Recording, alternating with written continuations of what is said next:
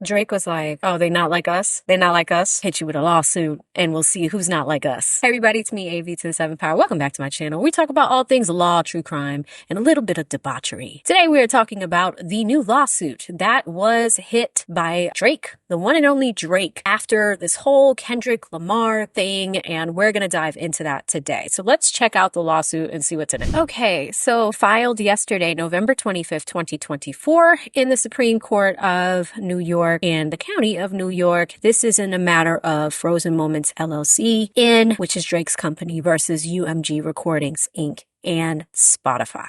All right. This is a verified petition. Petitioner Frozen Moments LLC, by and through its undersigned attorneys, respectfully petitions the court pursuant to New York Civil Practice Law and Rule 3102 for an order granting limited pre-action disclosure from respondents UMG Recordings and Spotify, directing the preservation of relevant evidence in the possession, custody, and control of UMG. Nature of the dispute. In his memo and staff reflecting in the highlights of 2021, the CEO of UMG, Lucian Grange, remarked on it being harder than ever for artists to break through the noise. 60,000 songs are added to Spotify every day. Spotify is the world's most popular audio streaming subscription service. At the end of third quarter of 2024, Spotify boasted more than 641 million monthly active users and 252 million subscribers. Spotify pays music companies like UMG for the right to license songs so it could play them on its streaming and subscription platforms. In 2023 alone, Spotify paid more than $9 billion in royalties to music labels and producers. Hip hop is one of the most popular genres on Spotify, amounting to nearly a quarter of all streams on Spotify globally in 2023. Spotify and UMG have a long-standing symbiotic business relationship. As one of Spotify's early supporters, UMG entered into a multi-year global license agreement with Spotify in 2020. UMG and Spotify collaborate on strategic marketing campaigns and products, and in 2024 announced an expansion of their strategic partnership through which Spotify will amplify music discovery and social interactions and enhance fan experiences across the platform for UMG's family of artists and songwriters. Based on UMG's financial reporting, Spotify paid UMG around $2.28 billion in 2023, which amounted to 19% of UMG's total revenues in 2023. A lot of this looks like it comes from their earnings. There is a reference to an article, a few press releases, things of the like. Streaming is essential to UMG's current bottom line and its future business strategy. In a report related to the third quarter of 2024, UMG noted a nearly 29% year-over-year decrease in downloads and other digital revenue because of the continued format shift towards streaming across the music industry. UMG's long-term strategy relies on accelerating the growth of and monetization from streaming and subscription. In October of 2024, UMG unveiled a new slogan, Streaming 2.0, which illustrates the importance of UMG places on saturating the streaming market. In 2024, UMG did not rely on chance or even ordinary business practices to break through the noise on Spotify and likely other music platforms. It instead launched a campaign to manipulate and saturate the streaming services and airwaves with a song. That song is Not Like Us, in order to make that song go viral, including by using bots and pay-to-play agreements. Well, ladies and gentlemen, it just got real. Now we know what this lawsuit is about. They Not Like Us. Is it a viral song? Was it concocted and strategized to be shared using bots and pay-to-play agreements? That's what the heart of this lawsuit is about. UMG released Not Like Us, or now going to be referenced in this document as quote unquote song on May 4th of 2024. Pursuant to various contractual rights, UMG, via its division Interscope, has exclusive control over the licensing of the song. On information and belief, UMG charged Spotify licensing rates 30% lower than its usual license rates for Not Like Us, in exchange for Spotify affirmatively recommending the song to users who are searching for other related songs and artists. Upon information and belief, UMG hired unknown third parties to use bots to promote Not Like Us and also to inflate the streams of Not Like Us music video, now referred to as the video in the rest of this legal document, which UMG first published on July 4th of 2024. UMG appears to have used similar tactics with other streaming services. So this is not their first time doing this. It's not their first rodeo. On information and belief, UMG paid or approved payments to Apple Inc. to have its voice-activated digital assistant Siri purposely misdirect users to Not Like Us. Online sources reported that when users asked Siri to play the album Certified Lover Boy by recording artist Aubrey Drake Graham, DBA Drake, Siri instead played Not Like Us, which contains the lyric Certified Pedophile, an allegation against Drake. Now it's getting real. UMG engaged in similar pay-to-play schemes to increase the airplay of Not Like Us on the radio. Petitioner has obtained information from a third party indicating that at least one UMG employee made payments to an independent radio promoter serving as an intermediary who had agreed to transfer those payments to certain radio stations and/or radio station employees. Those radio stations, are those still around? Does anyone still listen to radio stations? I don't know. Let's keep going. These radio stations subsequently played or caused to be played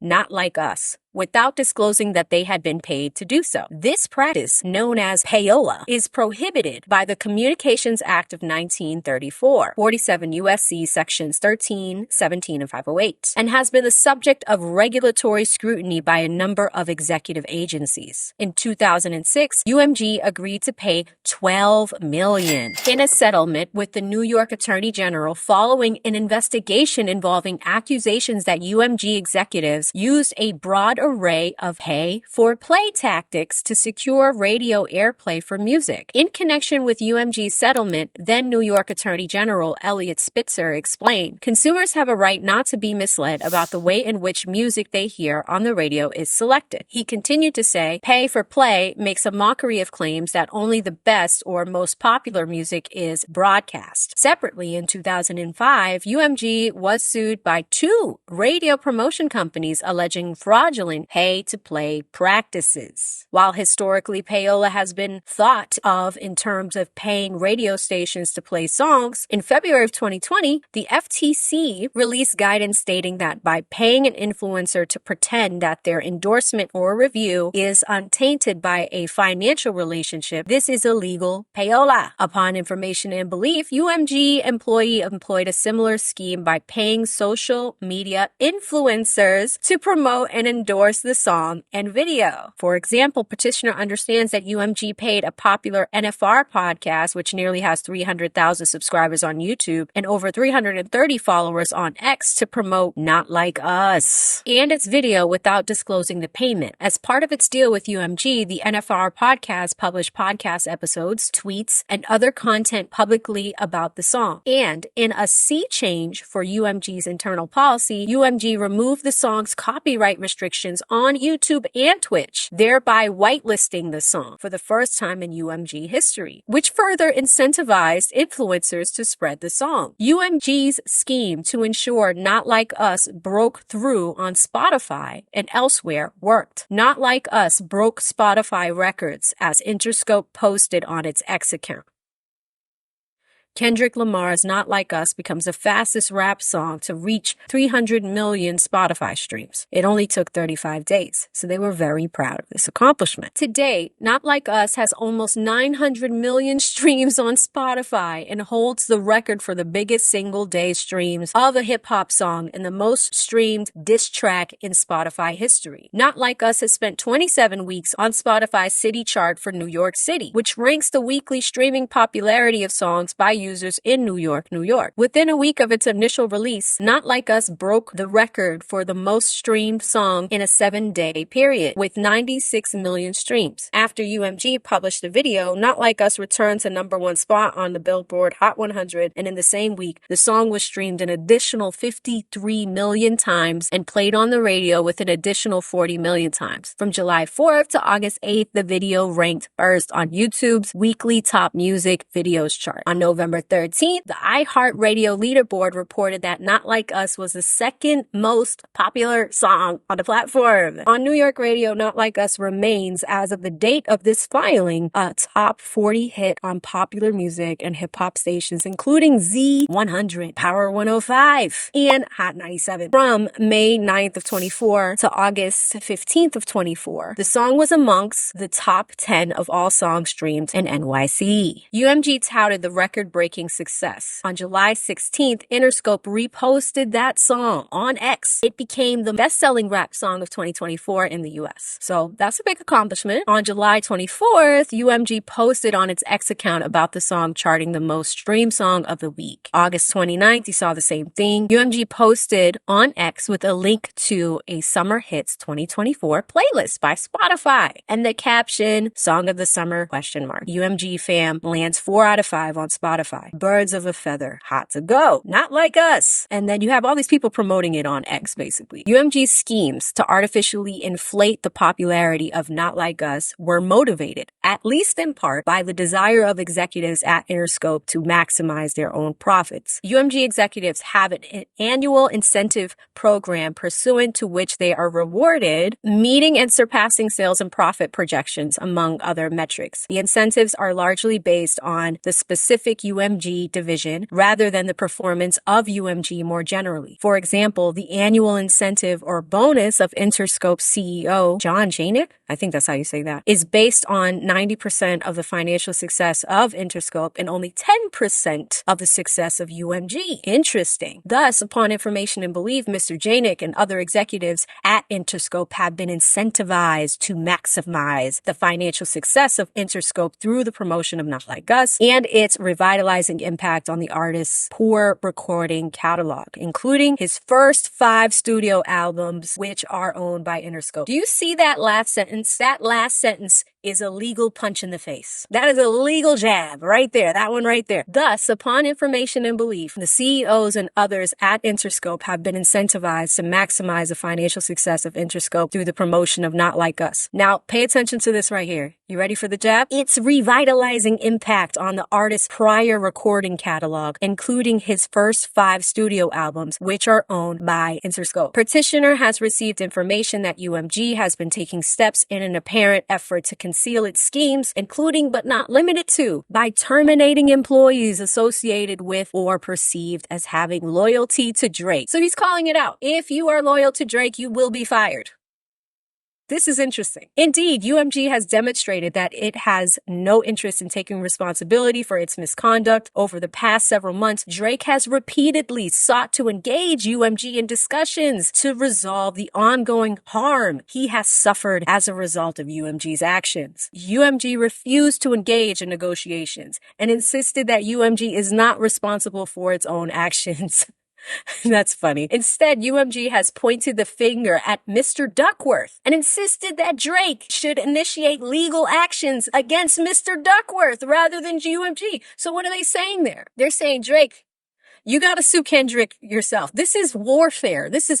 What is it? What did I tell you guys? It's Lawfare. Lawfare has now entered hip hop. Don't sue us, Drake, even though, we helped produce the song. Drake, you got to go to Kendrick. Sue him directly, even though we did it. Bruh. Oh my God, I wish I had a soundboard. This is funny. Okay, so coming back to this, instead, Drake should initiate a legal action against Kendrick Lamar rather than UMG, and even threaten to bring its own legal actions against, oh my God. So UMG say, hey, Drake, you should go sue Kendrick.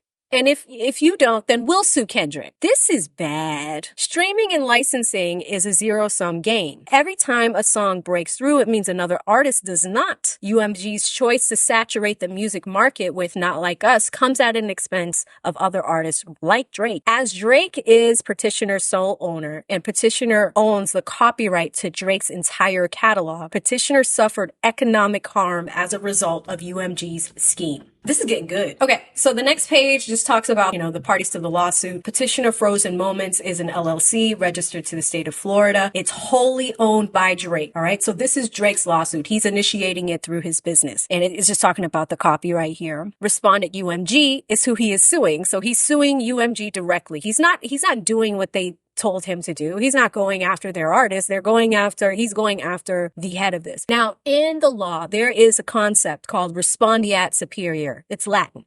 And what it basically means is if you are a business owner and I don't know, if I own a trucking company and you, dear viewer, are one of my employees and you run somebody over. Now, the person that you run over survives and they decide that they want to sue me, your boss, the business owner. And what do? Even though you did it, even though you work for me and you did it, they can take me to court because I am responsible. And business law is an interesting concept, but as we're looking at this, something to keep in mind. So Drake said, I'm going for the jugular and I'm going to the top. They are in New York. This is where they're settled. He's also suing Spotify, and it tells you where that's happening. So jurisdiction and venue, typical in legal documents, it tells you where you can sue somebody and why. They are stating the law, which allows them to do that. I'll briefly read the top. The court has personal jurisdiction. So we know that there's personal jurisdiction and general jurisdiction. Personal jurisdiction means that because they operate out of New York, it makes sense. It is a New York-based company, blah, blah, blah. They also say that they have personal jurisdiction of Spotify and UMG in the state of New York, even though Drake has his business registered in Florida. Venue is proper because it is a foreign corporation authorized to transact business, blah, blah, blah. All the fun stuff. Okay. Petitioner requires pre-action discovery and preservation.